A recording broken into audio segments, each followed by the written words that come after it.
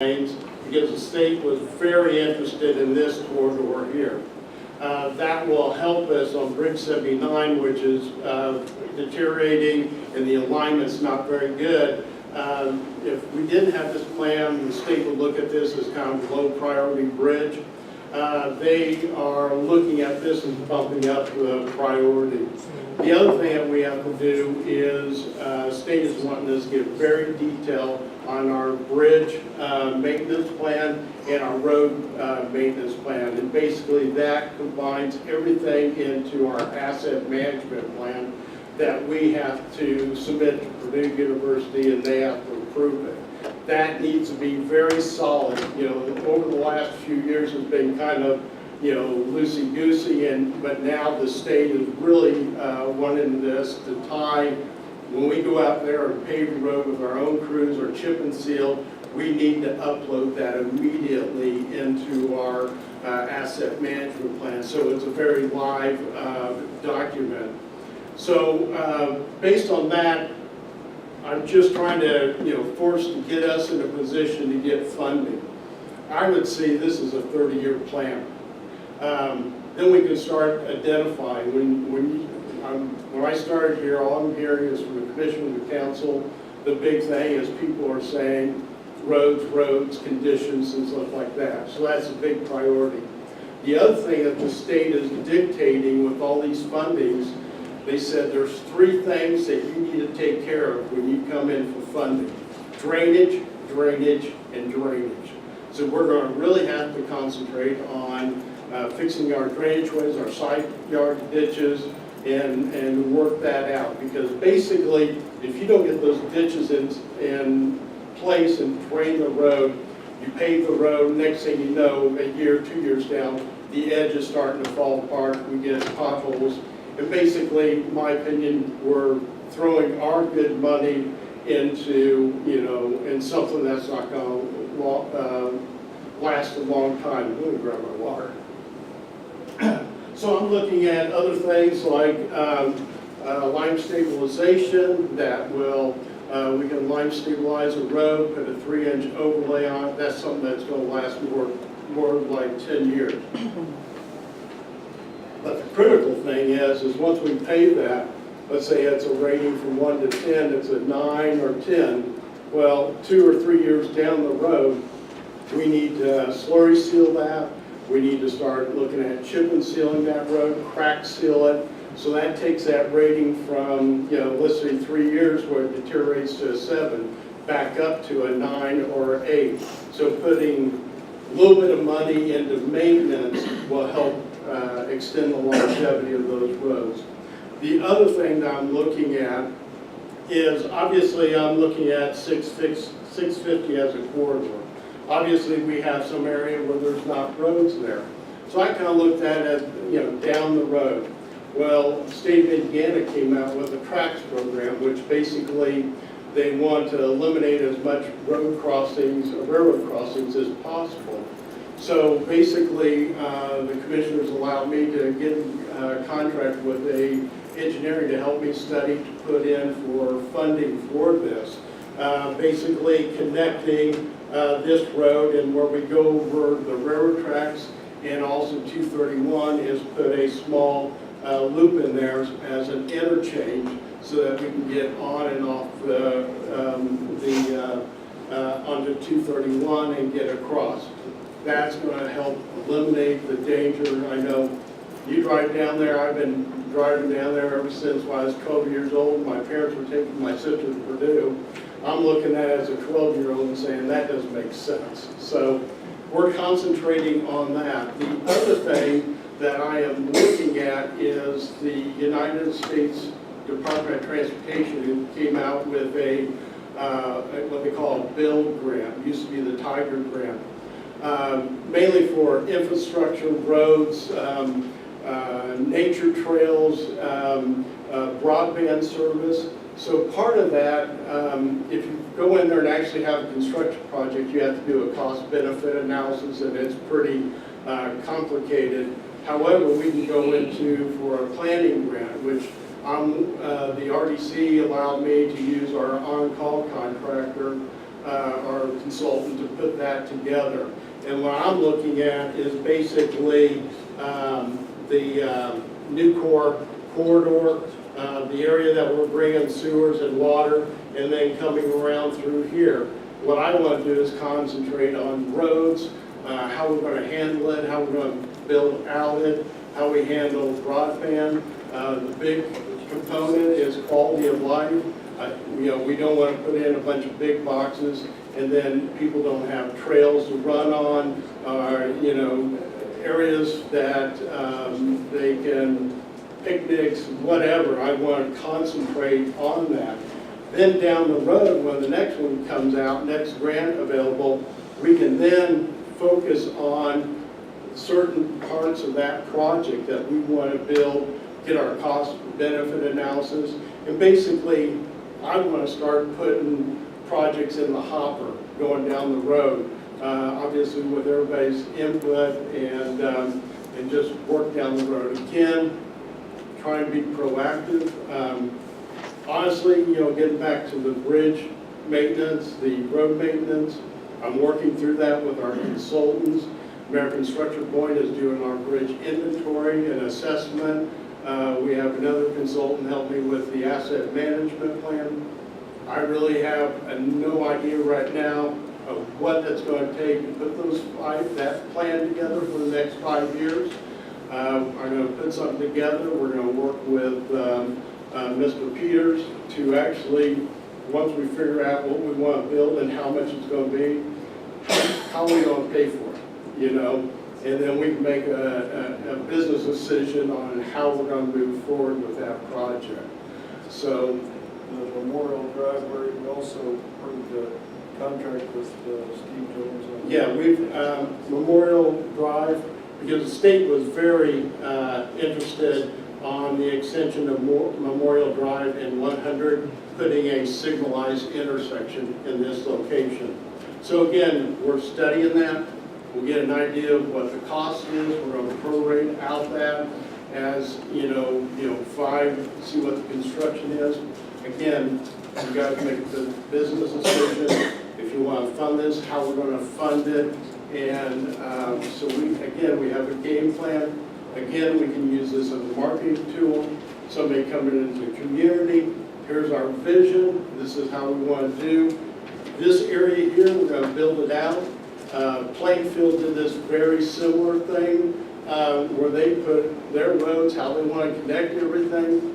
Some developers would come in and wanted to jog from it. They were pretty concrete. This is how we want the roads. This is how we plan for this.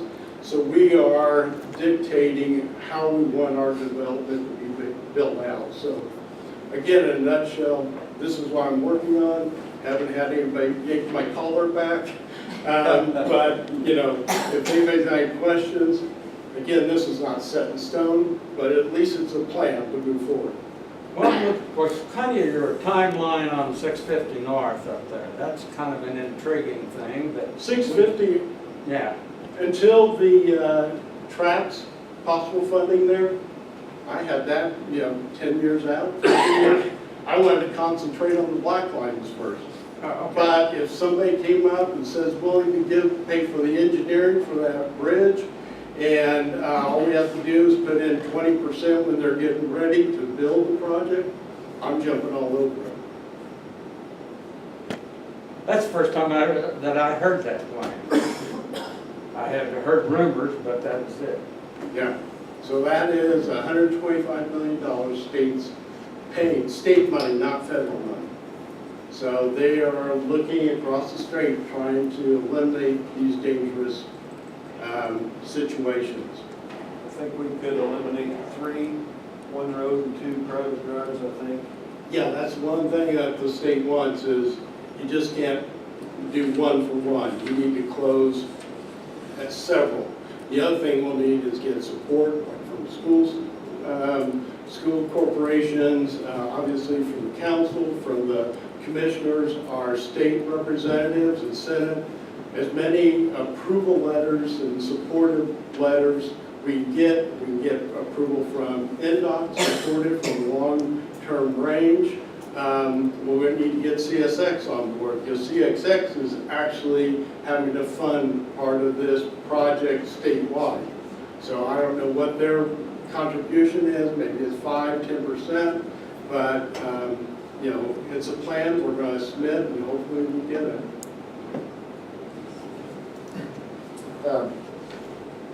Great work, Jim. This is very very enlightening and shows progressive thinking. Slightly off topic, but on the topic of roads, and I don't think I've ever had this discussion with you, maybe just touched on it, but because of my proximity to Nucor and to Levy, I see an influx of triaxle trucks from many counties coming in fleets and hauling away our Duraburn. And I have tried for a decade to try to get our county highway leadership to look into using the product. I have personally used it, and I see that it is an amazing product used properly. It is 23% less volume per weight, but the cost analysis of it is still a great benefit if you factor in freight and trucking and how many gravel roads there are within the vicinity of Levy. Have you looked at the possibilities of using Duraburn as an experimental on any roads, or? Well, to go with that, actually Huntington County, because I'm networking with a lot of the county engineers, they use it up there basically for a lot of their line stabilization and incorporating it, and then you have to actually seal it with asphalt because it can be corrosive. But I've talked to them, and I'm going to be going up and visiting there and actually looking at some of their operations in place. In fact, they do approximately about 100 miles a year up there using. It's kind of like a lime stabilization. It's kind of different up there because their soil is really sandy. Obviously, we have a lot of clay, so I need to compare that. But yes. Yeah, I've had some talks with Levy, and I've seen how some of these processes work, where there is some specialized equipment, but Levy even will help with the cost of some of the engineering to do core samples and estimate and what they do is they do a core sample on a chip and seal road that is in very poor shape, that they're going to potentially blacktop that road. And they do a core sample to see what kind of base is there, and that analysis tells them how much Duraburn needs to be put in, as if they were replacing it with lime infusion. They spread that right over the chip and seal road, and then the specialized machine comes in and just pulverizes the road and the Duraburn and creates a sub-base that is, like, in my opinion, like none other. I've dug into some of the sub-bases around my property where I used it years ago, and the material fuses itself together. Yeah, it goes like concrete. Like concrete. It welds itself together or corrodes itself together. But I just, it pains me to see 15 trucks from Fountain County coming and going daily, hauling this stuff away, and I just wondered if possibly, in your spare time, that you could maybe get with Fountain County commissioners or highway director, because they obviously used a lot of it, and it would be a great analysis to see how it's working for them, because possibly there's some cost savings there that would move this plant forward a little bit down the road. Yeah, because it's basically trying to get more bang for our buck, because it's something that we can do with our own crews. We can look at the equipment, what it would take. The other thing is I'm going to be working with a geotechnical engineer, identifying the roads. They can look at those, look at the composition of the soil, the clay underneath, and determine what percentage of, we can look at lime, we can look at Duraburn, the size of the particles we need with Durburn. And basically, you know, again, we see what we can do, how we can, I mean, it's in our back door, Yeah, it seems like- backyard, I seems like mean, an line asset this and down in resource. Putnamville. Yes, so that's on my laundry list of things to do. Thanks. Thanks, Jim. Thank you very much. Appreciate the report, the education. Okay, moving along to claims. We have one for Hughes and one for Rob. Motion. Please, Rob. Gary makes a motion to approve both. There, second.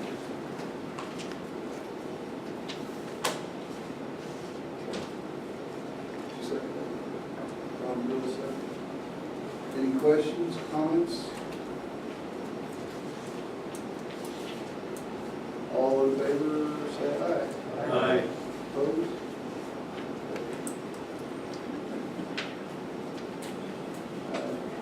Is there any public comment?